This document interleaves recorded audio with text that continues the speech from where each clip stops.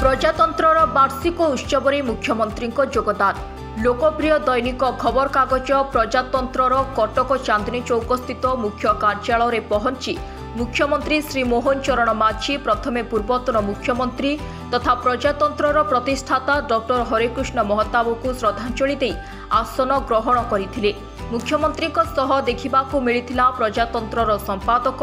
तथा कटक सांसद Shri Bhartrihari Mahtab, advocate general Shri Pitambar आचार्य, रेभेन्सा विश्वविद्यालय कुलपति डाक्टर संजय नायक, मणिपुर हाइकोर्टर विचारपति जस्टिस लक्ष्मीकांत महापात्र। एही बनाड़ी उत्सव में कटक संसदीय क्षेत्रर विधायक, समाजसेवी, बीजेपी तुंग नेतृमंडली और हजार हजार शुभेच्छु जोग देइथिले। मुख्यमंत्री गस्त दृष्टि रखी व्यापक सुरक्षा व्यवस्था करा जायथिला। कटक डीजीपी श्री प्रकाश आर निजे उपस्थित रही समस्त सुरक्षा व्यवस्था को तदारख करुथिबा देखा जायथिला। कटकरू दीपक आचार्य रिपोर्ट। आज से क्रांति दिवस जो पालन करा जाउछि एथिरे माधव सिंह जो कथा कहले, माधव सिंह जड़े होउछंती क्रांतिवीर, जड़े ओडिशार एभली एक स्वाधीनता संग्रामी एवं एभली एक व्यक्तित्व जे कि निजर परिवार समस्त सदस्य को 5 जन सारा स्वाधीनता संग्राम रे इंग्रेज मानकर सहित लड़ाई करी तांकर जीवन को बलिदान देइथिले। आउ सेति पई आज ये प्रजातंत्र खबर कागजर 77तम जन्मवार्षिक उत्सवर सभा समारोह रे आज एठी अतिथि हिसाब रे जोग देवा अवसर रे जेतेबेले ओडियार अस्मिता कथा आसिला, सरकार ओडिया अस्मिता को गुरुत्व देवा एवं जो क्रांतिवीर आज क्रांति दिवस अवसर में माधव सिंह कथा को उच्चारण करने अर्थ जे ओडिशार बरपुत्र मान को सम्मानित करने एवं सेमानंकर जीवन कहानी सहित ओडियार अस्मिता को रुधिमंत करने सहित ओडियार अस्मिता को संकटरू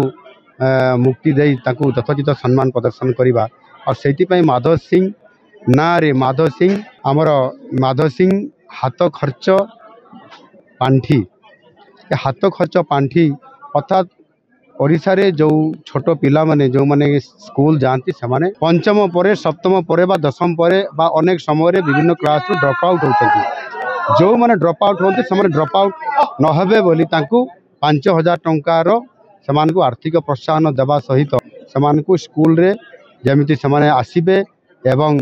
समान पाठ पढ़ारे मन देवे से एभली एक योजना करा जायछि जहाँकि आजिर दिन में तांकर स्मृतिचारण करवा एवं माधव सिंह जड़े क्रांतिवीर थे ओडिशार बरगढ़ पश्चिम ओडिशार बरगढ़ जिलार घेस ग्रामर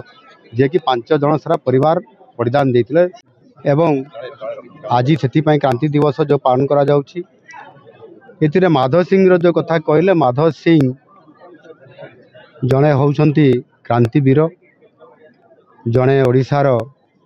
एभली एक स्वाधीनता संग्रामी एवं एभली एक व्यक्तित्व जे कि निजर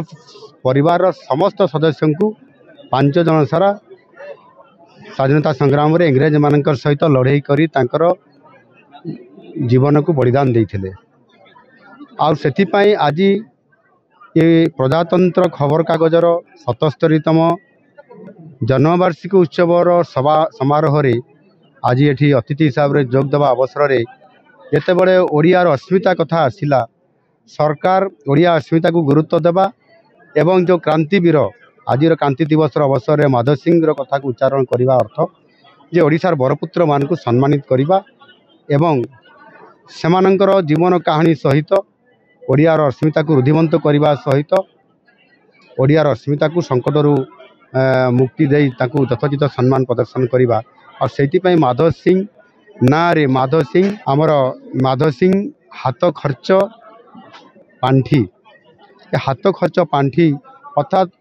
ओडिशा रे जो छोट पिला माने जो माने स्कूल जाती से माने पंचम पर सप्तम पर बा दशम पर बा अनेक समय रे विभिन्न क्लास रू ड्रॉप आउट होती जो माने ड्रॉप आउट होती से ड्रॉप आउट नहबे बोली 5,000 टंकार समान को आर्थिक प्रोत्साहन देवा सहित समान को स्कूल रे जमिति समान आसीबे एवं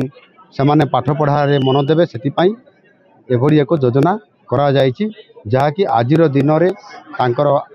स्मृतिचारण करवा एवं माधव सिंह जड़े क्रांतिवीर थे ओडिशार बरगढ़ पश्चिम ओडिशार बरगढ़ जिलार घेस ग्रामर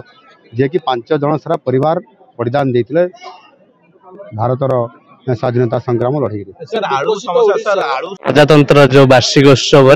कि भर्तुरी महताब जी आम जे सांसद अच्छा 7 थर सांसद यही प्रजातंत्र मध्यम ओडिशा आग किपर आगेब मुख्यमंत्री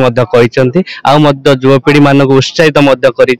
ओडिशा किपर विकसित भारत में भाग नब जहाँकि ओडिशा विकास सहित भारत वर्ष विकास हम जहाँकि technology with IT industry with corporate sector grow हम तापर उल्लेख कर सहित हरेकृष्ण महताब जहाँकि ऐतिहासिक जो प्रजातंत्र को आगे नहीं भर्तुरी महताब आगू आगे ने मुख्यमंत्री कटकरू दीपक आचार्य रिपोर्ट फोकस प्लस।